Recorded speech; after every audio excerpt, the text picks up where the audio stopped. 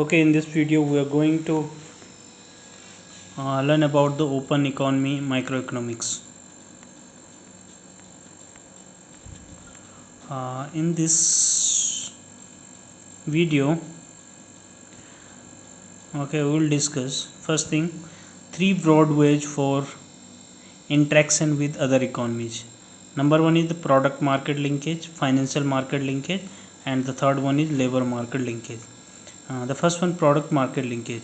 Through international trade, consumer and firms have the opportunity to choose between foreign and domestic goods. Financial market linkage. Investors have opportunity to choose between domestic and foreign assets.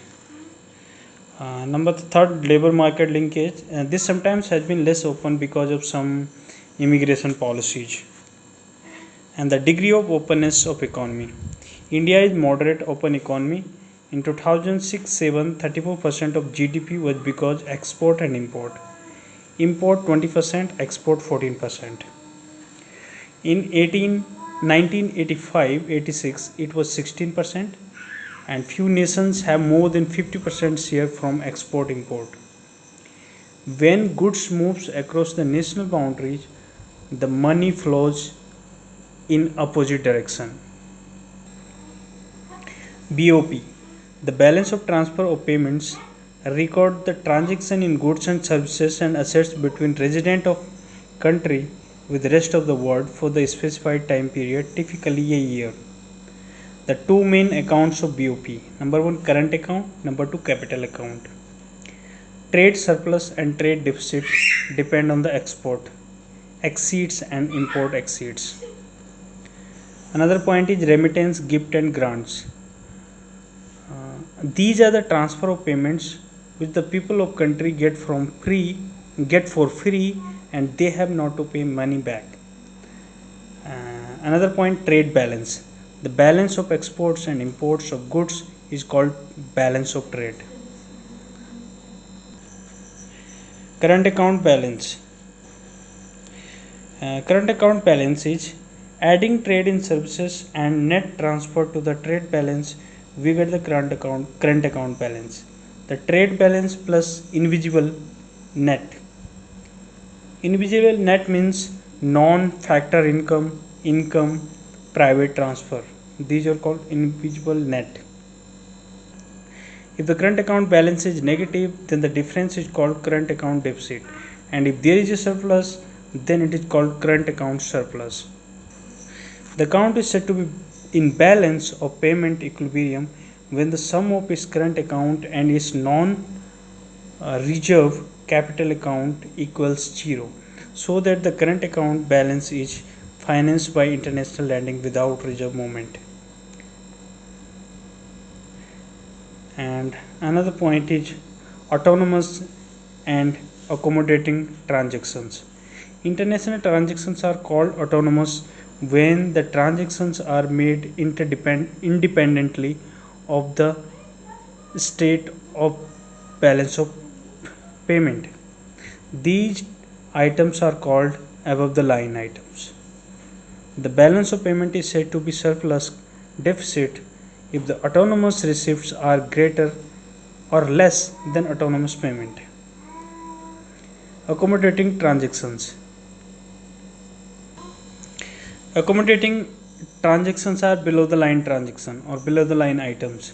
These on the other hand are determined by the net consequences of the autonomous item, that is whether balance of payment is surplus or deficit. The official reserve transactions are seen the accommodating items in the BOP, all other being autonomous. Error and omissions. Error and omission constitute the third element in the BOP, apart from the current and capital accounts, which is balancing item, reflecting out inability to recall at international transaction accurately. Now, exchange rate. Bilateral exchange rate between two currency is called exchange rate. Nominal and real exchange rate.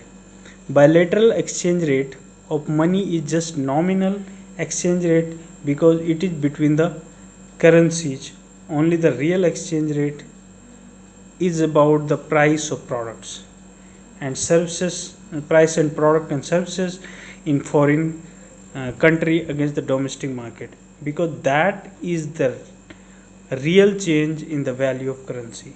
That means real exchange rate is equal to EPF by P, where P of price level abroad and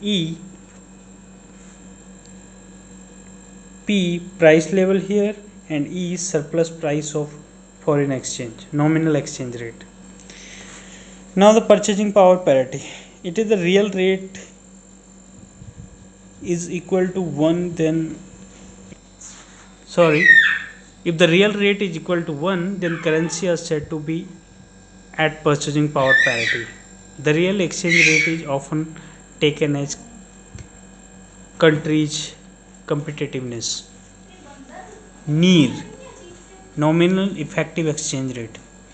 It is a multinational, the price, it is a multilateral, NEAR is a multilateral rate representing the price of a representative basket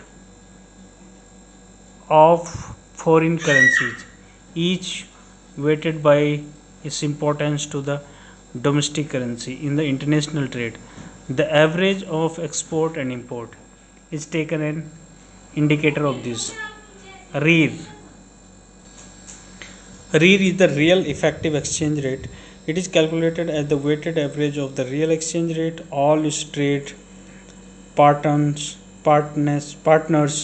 and weight being the shares of the responsible countries in its foreign trade. It is interpreted as a quantity of domestic good equated by purchase 1 unit of given basket of foreign goods. Now the exchange rate regime. An exchange rate regime or system is a set of international rules governing in the setting of exchange rate. PPP, purchasing power parity.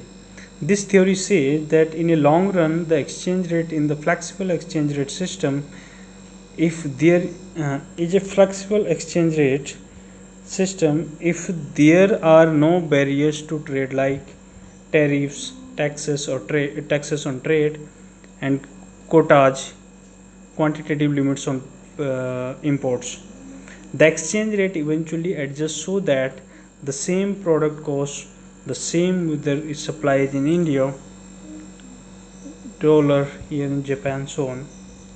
Exchange rate is also imparted because